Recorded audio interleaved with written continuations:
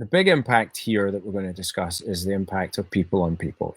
Always, it's always the thing that makes the difference between a good day and a bad day, right? It's how people treat us and how we treat others. So for me, it's absolutely true. There are some people that are incredibly thoughtful and grateful the fact that we're still open.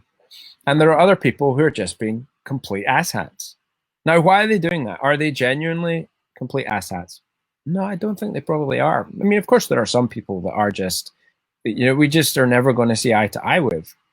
And they are more difficult than other people to deal with. But there seems more people like that right now. So there's probably something else going on. So in all of these things, I think building up our compassion and our empathy for others is one of the better ways we can stop the stress in ourselves, because the stress in ourselves doesn't necessarily come from the incident. It comes from, there's pain when somebody's mean to us or we do something that we're not happy with. But layered in on top of that, there's suffering. So there's the pain of the thing that happened, and then there's the sort of mental pain that we then will inflict on ourselves. And that's like we get stabbed once and for real, and then we get stabbed 100 times by whatever happens discursively in our brain after that point. And so people being mean, and I've seen several examples of this recently where people have been treated badly, and then I've then had the opportunity to go speak with the same people, and they seem to be quite different people. Now, I think what's going on with a lot of people right now, the underpinning thing is people are freaking out, people are stressed, people are pissed off. And remember the change model, like some people deal with change much faster than others. So for some people, they will be in a state of complete denial still. For others, denial can look like this isn't happening and I'm just going to act like normal. Denial can look like I'm really angry about this happening. I want it to be back to normal. But denial is a state where you're not accepting what is now occurring, what is really going on. And in order to, a lot of the fight, a lot of the pain of any situation goes away because a lot of the friction that we experience is because of that blocker. We have one foot in the past and we're not even one foot in the future. We're being pushed or toppled into it, but we're clinging on, and that's kind of terrifying because it's fear of unknown. And that's really what people cling on to. People fear change, not because they fear change itself, but because what change represents, and that is a change from a stable, settled situation where they understand what's going on to an unstable, out of control, unknown, i.e. uncertain situation. And so there is clearly opportunity in there, but there's also risk. And we're not very good at seeing opportunity. We're we are, but we're better tuned to seeing risk. Why? Because if we didn't see risk very well, we'd get eaten by something bigger than us, by a predator, or we'd fall off of a cliff or something like that. The body's the mind's number one job is to keep the body alive. So we're better tuned to risk management. And so if you're just living in a situation like this where there's a lot of change and you're resisting, you're resisting based on a desire to want to have what you used to have, though you can't get it. So that's going to create what emotion happens when you want something but you can't get it? Frustration. Or you're coming from a place of anxiety. Anxiety is all about the future, or fear is all about the future. What's going to happen? What does this mean? You're trying to make meaning out of it, and there's your storytelling. So what does this mean for the future? Well, it might mean I don't have a job, or it might mean my mum might die, or somebody close to me might die. It might mean I can't afford to make payroll. It might mean I'm going to get sick and that freaks me out. And it might mean I'm worried I'm going to get COVID from my dog or cat. I don't know what it means, but there's a whole bunch of crazy stuff going on in people's brains right now. And who can blame them?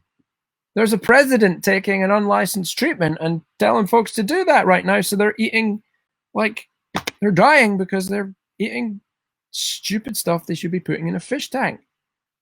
Right? So the leadership right now is awful. The stories that are flying around, there's so much bullshit flying around right now. It is not hard to understand why people are freaking out, because there's anxiety, there's fear, there's unknown, there's frustration about want to be in the past.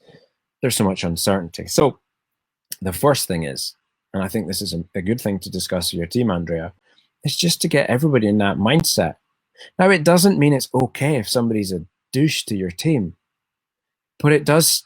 The way out of that is not for us to be a douche back to them. If we fight being treated like that with more of that treatment back, then what happens is more clients will respond badly to our reaction. We will never turn that client around by being that way with that client. The only way we will ever turn that client around is to acknowledge that things are scary and things are challenging. And the only way we'll do that is if we can empathize in that moment with what's going on with that person. So it's easy to get caught up in our own worlds. It's easy to get caught up in our own fears because these things are all happening in our own heads. But one of the most healthy things we can do is to just take a deep breath and say, okay, this actually is really tough for us all. And partly that's then sitting down with our teams and having these conversations and going, okay, well, what's our experience? What are we all feeling right now? And allowing people to vent and tell their story of the client that was mean to them, but then to deconstruct what we think might have been going on and to try and give it the context and to try and make sure that our team, it is very unlikely that the clients are mad with our teams. Our teams generally bend over backwards to help clients. Our clients are probably mad with our team, because we're an outlet. And so the support I'd be giving is sitting with my team, potentially individually if somebody's had a particularly hard time, and just supporting them, not trying to be on the side of the client in that moment, but just being there for them and listening to them and allowing them to vent. But then as a team discussing, okay, here's the backdrop, here's why people are being mean. How can we go about making things better? And how do we deal with people when they're mean to us as well? Because sometimes it's actually okay to say, listen, if I understand that you're coming from a place of fear or frustration or sadness right now, but listen, when you said that, this is what I understood. I don't know if that was your intention. Like, I don't see what's wrong with actually saying that to a client. Did you intend for that to come across that way? Because that's the way it did. And listen, I get that you're scared. I get that things are different. We are trying to do our very, very best. Here are our constraints. I'm sorry if that's not good enough for you. There isn't an awful lot more we can do, or what else can we do? I can't promise you we can do that.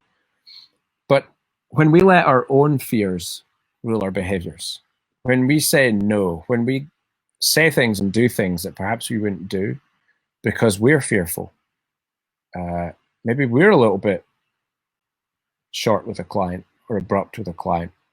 Maybe we're not able to make callbacks the same speed we normally would do because there's operational reasons. Well, we've got to talk with clients about that and get on Facebook Lives and say those things in our messaging so that clients' expectations are managed. So there's one thing we can do to help. We let our teams vent. We listen to our teams, but we also coach our teams to have some empathy with the same things they're worried about, clients are worried about, and not everybody's got that emotional control. And we can coach our teams into how to have these conversations with clients so that they're able to, without getting into a fight, but without, what you don't want to go is say, like, that was really rude. I'm going to hang up on you now. Like, you don't want to say that because that's going to get you in a fight. You want to say, listen, you sound extremely upset about this. And I want to help you. But one thing that's not going to help is we're all under pressure here. And I would like you to understand that we can't do some of the things right now that I know you would normally like to do and you would like us to do. But we've got to find a way through this. So can we reset? It's just not being afraid to have human conversations where we express ourselves respectfully without yelling with each other. Now, clients aren't always able to do that, and neither are we, by the way. If we are willing to express ourselves, if we're willing to suck up that initial emotion and not react and not get mad back, but instead to go, just name the emotion. Listen, you sound really frustrated. I want to help you. How do we do that? Or listen, I can tell you're really angry right now. Tell me what's going on. Just even that one sentence will help people release because they feel listened to. And that's, when people are scared, or maybe they've been watching Boris Johnson or Donald Trump, and they're like, man, I don't feel like I've got any power here, or this is so confusing, I don't know what to do. Like, the thing you don't want to be is their opposition in that moment, because you're going to get it. So don't be the opposition. I would summarize it by being, focus on having empathy and gratitude sessions with your team and team meetings.